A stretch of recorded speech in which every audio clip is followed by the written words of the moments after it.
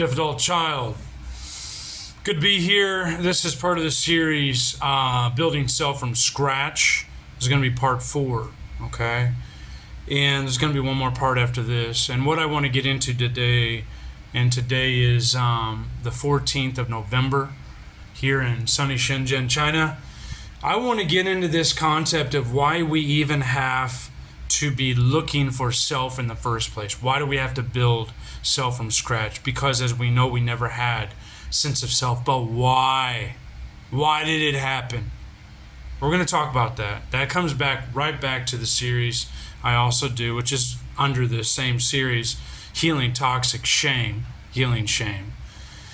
So what we've developed is we've developed a core of toxic shame. We've become shame-based, okay? And that's why we've lost our identity and never had one to begin with. Let me just briefly explain to you what shame is. Toxic shame, according to the Big Red Book of Adult Children of Alcoholics and Dysfunctional Families, ACOA. Here is how they define shame. This is from page 162 in the text. Shame or ashamed. An intense sense of being faulty, wrong, or inferior at the core of our being. A feeling of being ruptured, a burning feeling in the stomach, a sensation of the body shrinking.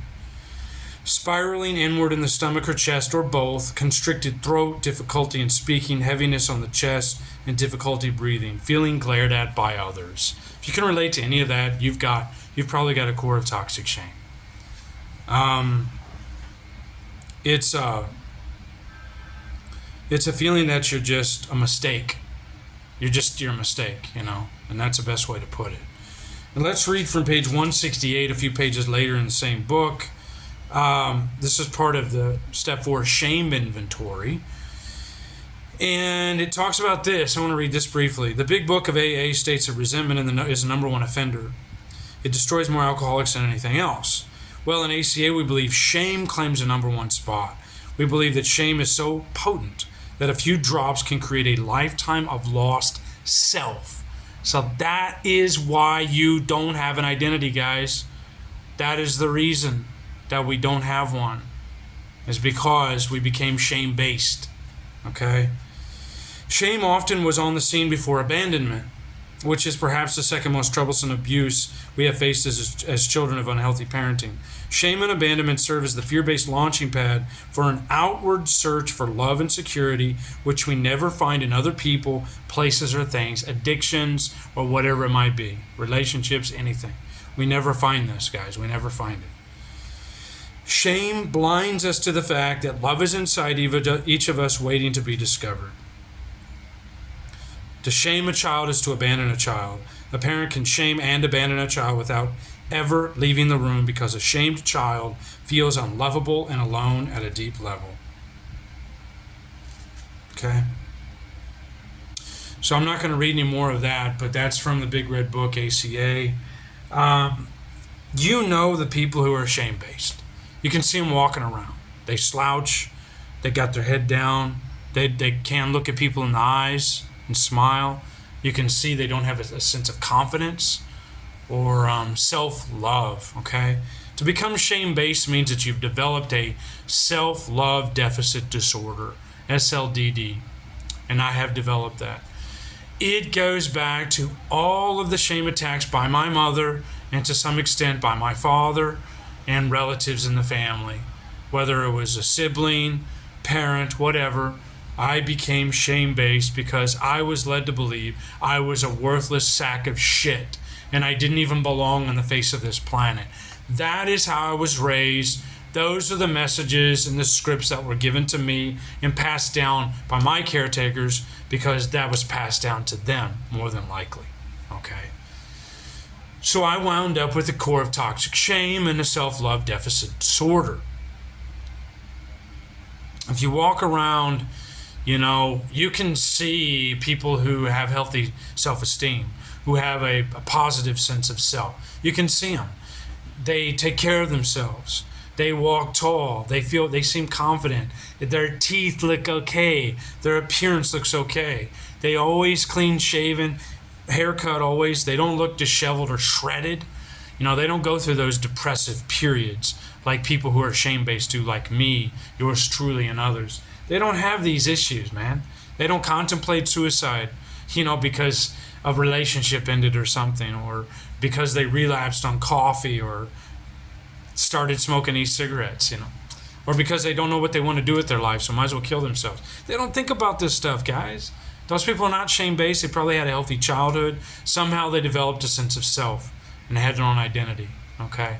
If you haven't developed your own identity, it's because you became shame-based and sense of self was out of the picture. It was out of the question at that point, okay?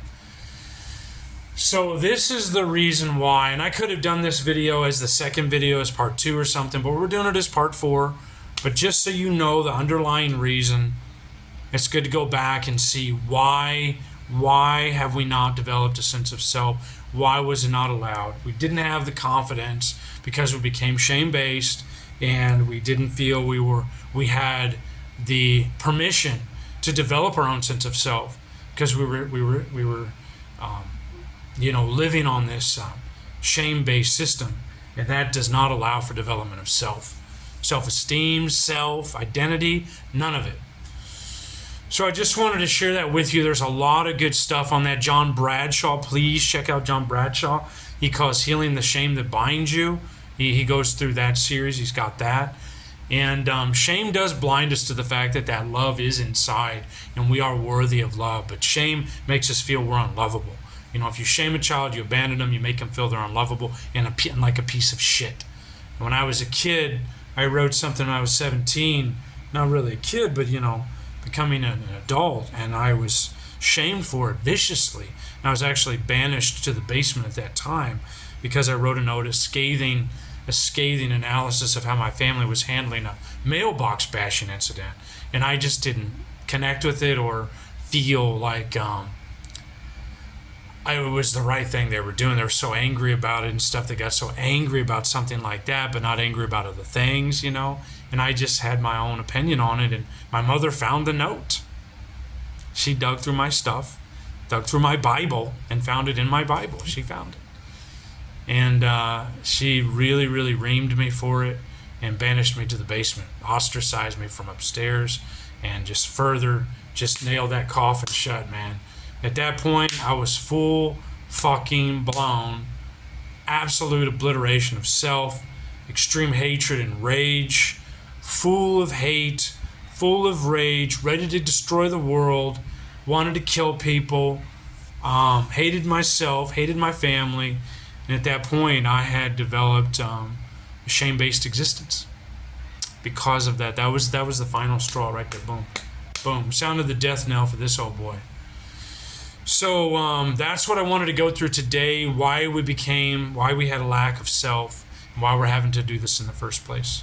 Next time in part 5, the final part of this series on building self from scratch, we're going to go through self-love. Because remember, if we became shame-based, we developed a self-love deficit disorder. And we're going to have to work through that. We're going to talk about how to engage in self-care and self-love in the next episode. Okay? Next part 5. So that's all I have for you today. Until next time, all right? Try to hang in there. Recognize this is heavy stuff. We have to come in, we have to admit it, we have to acknowledge and accept it, and we have to build ourselves up, okay? Because nobody else is going to do it for us. And I know, and I want to mention one last thing, it makes you mad when you see those people walking around so tall, so proud. The girls are hugging them like at the comedy thing I went to. I saw the guys who had the self-esteem. The girls came up, gave him a hug. He was all clean shaven, half black guy, mixed guy, smelled good, cologne. The girls like him. He's handsome and that, and he's got confidence, he's got self-esteem. The guy was probably raised in a decent family. And he does not dealing with what we're dealing with, guys. So I know it makes you angry. It's not fair.